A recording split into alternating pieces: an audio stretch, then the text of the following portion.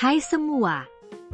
Hari ini saya akan menjelaskan tentang prototyping dan minimum viable product. Prototyping adalah proses membuat model awal dari produk. Prototyping biasanya dilakukan lebih dulu untuk membuat model awal dari produk dengan fokus pada desain dan fungsi utama. Sedangkan MVP adalah versi sederhana dari produk yang dihasilkan setelah prototyping, memiliki cukup fitur untuk memenuhi kebutuhan pengguna awal dan mendapatkan umpan balik. MVP adalah produk dengan fitur-fitur dasar yang memiliki kegunaan tinggi meski bentuknya belum terlalu canggih. MVP sengaja dibuat untuk menarik perhatian pengguna. Jadi, MVP memiliki fitur dasar yang cukup untuk memenuhi kebutuhan pengguna. MVP membantu mengumpulkan umpan balik untuk pengembangan lebih lanjut.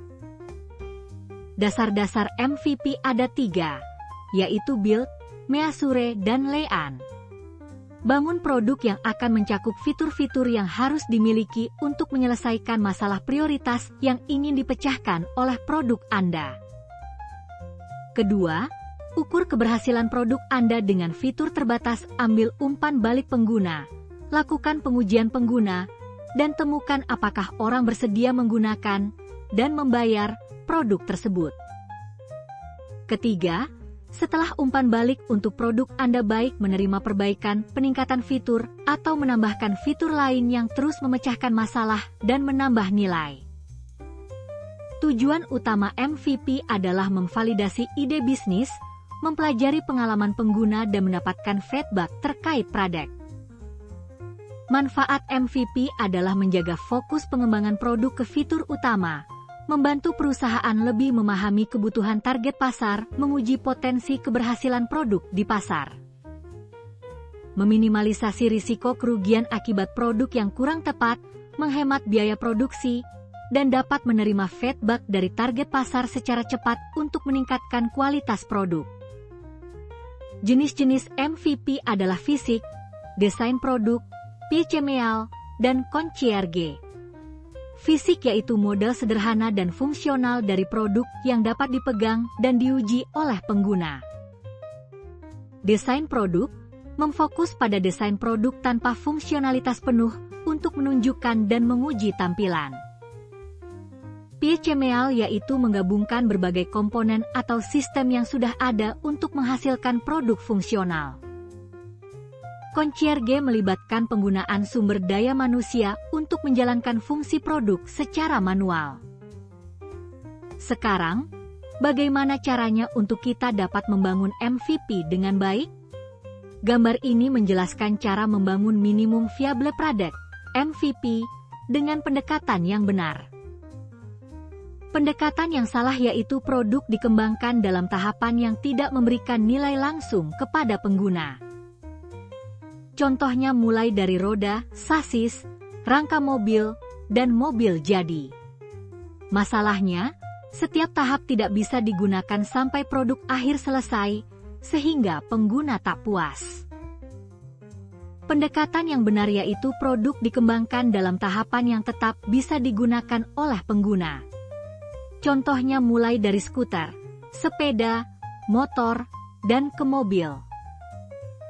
Keuntungannya, setiap tahap memberikan nilai fungsional dan bisa digunakan, sehingga pengguna tetap puas sambil menunggu pengembangan produk lebih lanjut.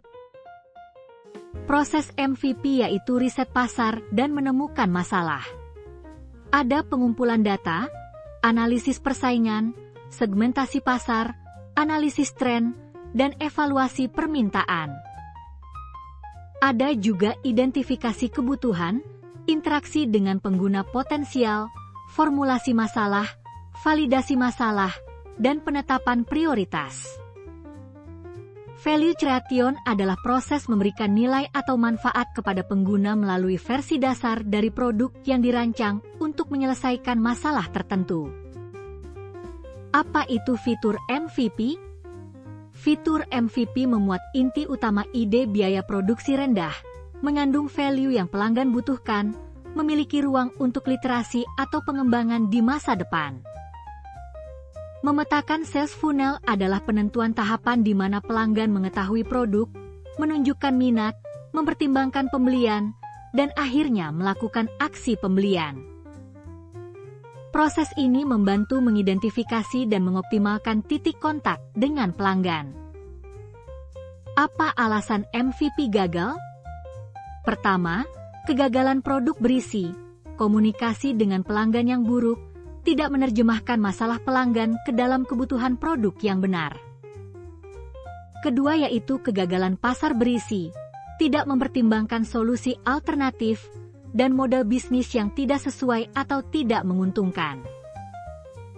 Ketiga yaitu kegagalan pelanggan yang berisi target pasar terlalu luas, tidak spesifik, dan mengandalkan strategi push tanpa mempertimbangkan strategi pull yang menarik. Gambar ini menunjukkan contoh dari MVP. MVP Dropbox awalnya berupa video demo yang menunjukkan cara kerja layanan penyimpanan cloud mereka. Strategi ini digunakan untuk mengukur minat pasar sebelum membangun produk sepenuhnya. Hasilnya banyak pengguna tertarik, membantu validasi ide sebelum investasi besar dilakukan. Contoh lain yaitu Facebook. MVP Facebook awalnya adalah situs jejaring sosial sederhana yang hanya bisa digunakan oleh mahasiswa Harvard. Dengan fitur terbatas, tetapi cukup untuk menarik pengguna awal dan mendapatkan umpan balik. Hasilnya setelah sukses di Harvard, Facebook berkembang ke universitas lain dan menjadi platform global. Kesimpulannya MVP tidak harus produk yang sempurna, tetapi harus cukup untuk menarik pengguna awal dan menguji konsep sebelum dikembangkan lebih jauh. Terima kasih telah mendengarkan penjelasan dari saya.